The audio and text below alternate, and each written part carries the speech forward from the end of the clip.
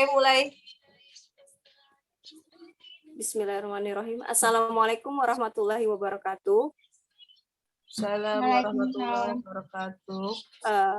Selamat siang, apa kabar anak-anakku sekalian hari ini? Alhamdulillah baik, Bu. Alhamdulillah. Baiklah, sebelum kita memasuki materi, hari ini adalah masih masuk materi bab norma dan keadilan. Untuk pertemuan kemarin, kita membahas tentang macam-macam norma, apa saja, yaitu norma yang pertama adalah norma kesusilaan, norma agama, kemudian norma hukum, dan norma kesopanan. Kalian, saya sudah memberikan tugas, per satu kelompok itu memberikan contoh setiap norma. Jadi satu kelompok memberikan contoh norma, misalnya contoh norma kesusilaan itu apa saja. Kemarin saya sudah koreksi, kebetulan alhamdulillah anak-anak sudah bisa dimengerti. Nah, sekarang kita masuk ke bagian B, yaitu arti penting norma dalam mewujudkan keadilan. Bisa minta tolong di share screen Ibu Devi. Halaman berapa itunya? Halaman 46. 46.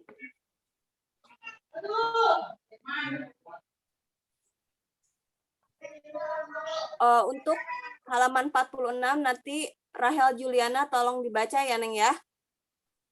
Iya, Bu. Sudah ada belum tampilannya? Belum, Bu. Belum ya?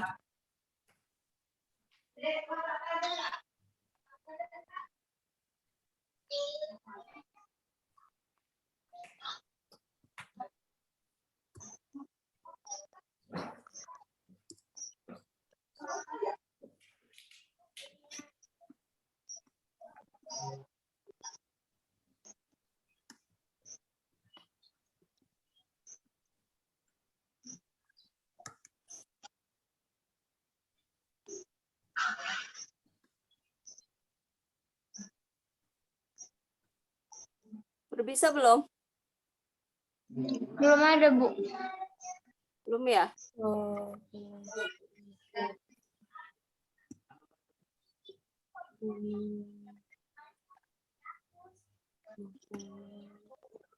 Ini ya? Bentar ya, Neng ya. Ini Rahel. kelihatan nggak? Belum kebuka filenya, Bu.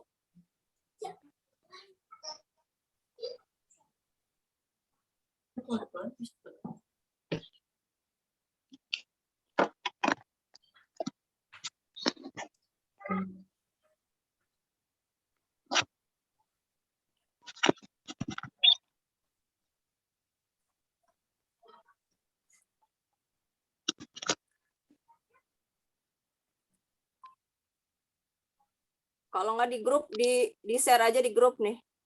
Di screenshot.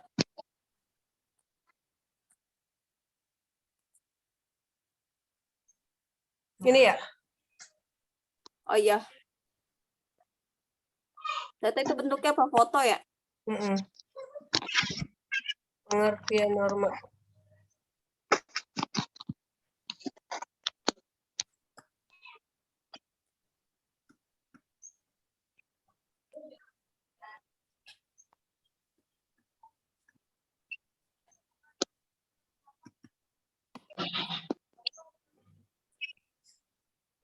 Ini, Dek. Bukan yang ini nih. Udah di share di grup. Rahel coba dibaca grup WA. Iya, Bu, bentar.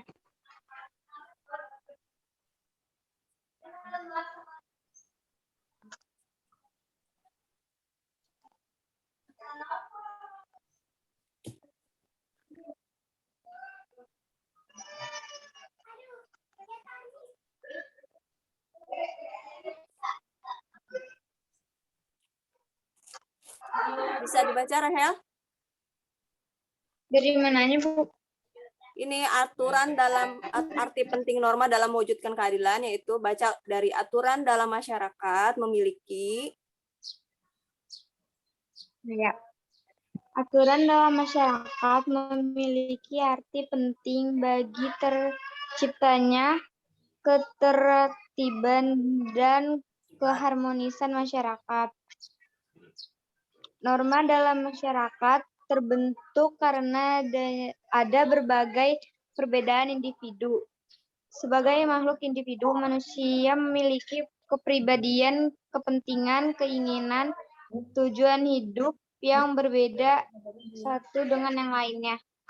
Oke, langsung ke fungsi aturan dalam masyarakat. Antara lain, langsung Rahel, dibaca ke fungsi aturan dalam masyarakat. Ya, itu antara lain.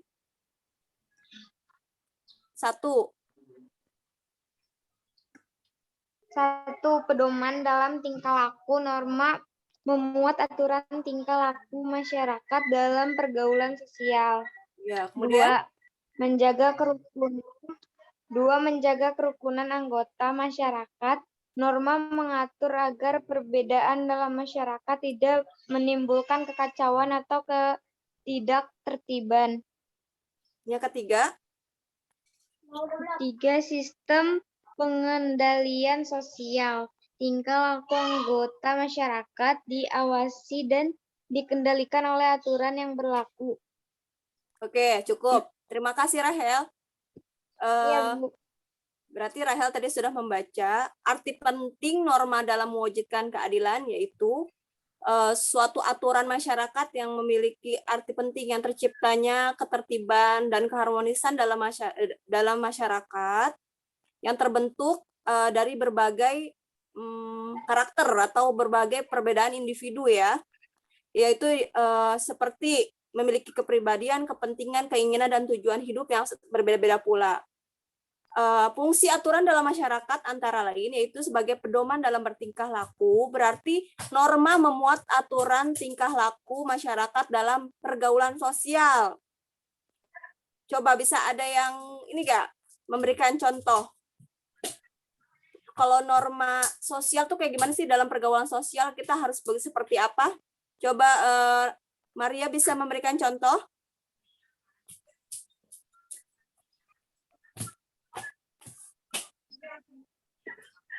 Halo Maria.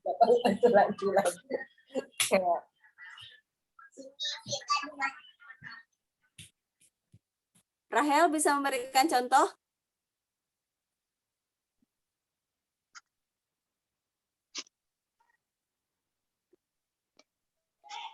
Ya. Oke, sinyal ya.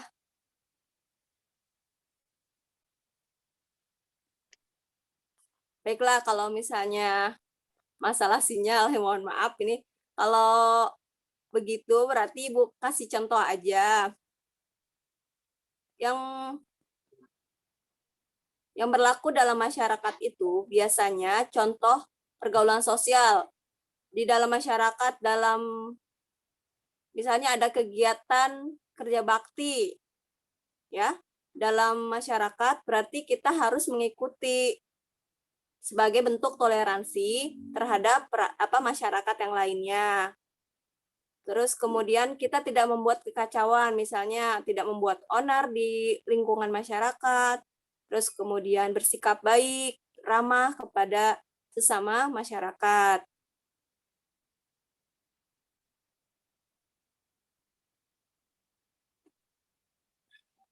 Dalam kehidupan sosial pasti ada norma yang mengatur kehidupan tersebut. Sebagai makhluk sosial, manusia lahir, berkembang, dan meninggal dunia dalam lingkungan masyarakat. Setiap individu berinteraksi dengan individu atau kelompok lainnya yang dilakukan manusia senantiasa didasari oleh norma yang berlaku dalam masyarakat. Dengan demikian, keberadaan norma melekat dalam kehidupan masyarakat. Dalam hidup bernegara diatur dengan norma hukum dan norma-norma lainnya. Norma hukum tidak dapat berjalan sendiri untuk mencapai tujuan keadilan. Maka diperlukan alat perlengkapan negara. Apa sih Bu alat perlengkapan negara? Alat perlengkapan negara itu adalah merupakan bentuk norma hukum yang berlaku dalam masyarakat yang bentuknya seperti polisi, terus kemudian jaksa, dan hakim. Mereka tugasnya apa, Bu? Mereka tugasnya menyelesaikan masalah yang ada di lingkungan masyarakat. Misalnya ada yang bikin onar, misalnya ada tawuran ya antar warga gitu, antar RT. Nah, itu yang menyelesaikan biasanya pihak yang berwajib atau polisi, diserahkan kepada pihak yang berwajib atau polisi.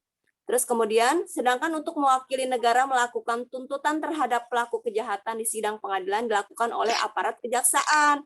Biasanya setelah ditangkap sama polisi tuh, nanti dia diurus tuh oleh kejaksaan untuk diadili, diberikan hukuman yang pantas apa, berdasarkan undang-undang ya, berdasarkan undang-undang juga, tidak main hukum apa memberikan hukuman atau sanksi aja, tetapi tidak apa berdasarkan pasal yang berlaku. Secara garis besar, fungsi norma hukum itu adalah sebagai berikut. 1. Fungsi hukum memberikan pengesahan atau legitimasi terhadap apa yang berlaku dalam masyarakat. Yang kedua, fungsi hukum sebagai alat rekayasa masyarakat.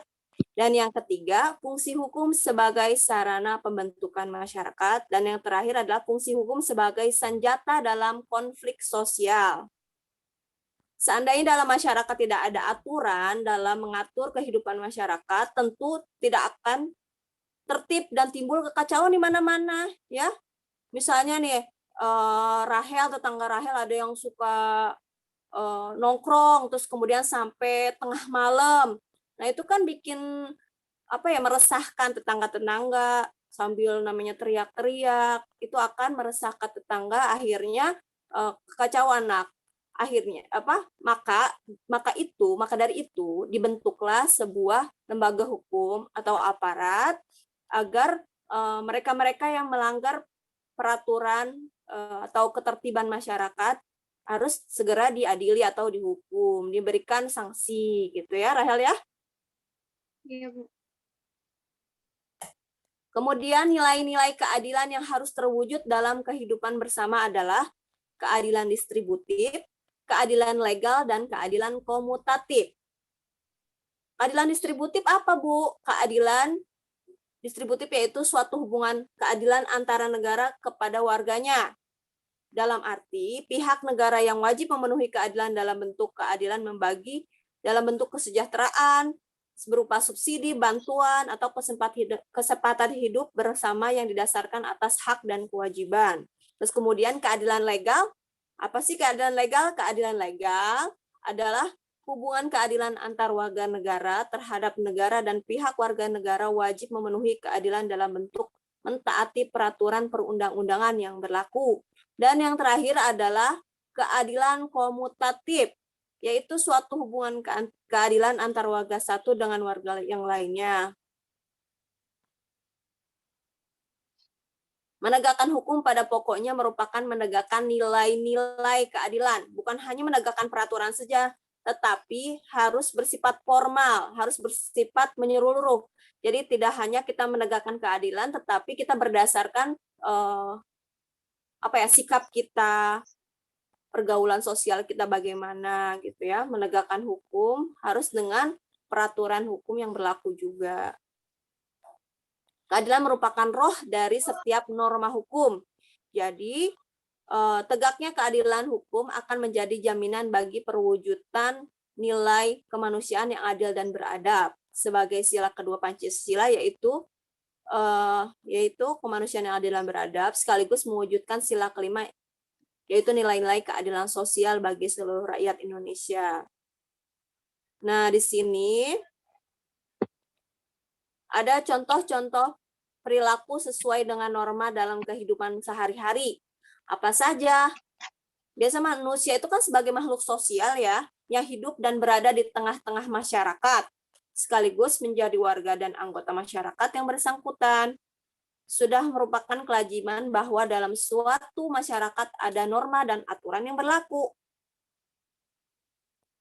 Aturan tersebut wajib ditaati oleh semua anggota masyarakat. Ketaatan adalah sikap patuh pada peraturan yang berlaku. Sikap patuh terhadap norma-norma yang berlaku dalam kehidupan berbangsa, bermasyarakat, dan bernegara bukan lahir karena keadaan terpaksa, tetapi karena memang sudah kewajiban mereka mentaati peraturan yang sudah berlaku demi kestabilan atau keharmonisan dalam bermasyarakat atau bersosialisasi. Munculnya kesadaran diri untuk patuh pada norma-norma dalam kehidupan bermasyarakat harus dibiasakan sejak dini. Oleh karena itu, alangkah baiknya jika kalian membina sikap dan budaya sebagai berikut. Budaya apa? Budaya malu. Budaya malu itu kayak gimana? Budaya malu adalah sikap malu jika melanggar aturan.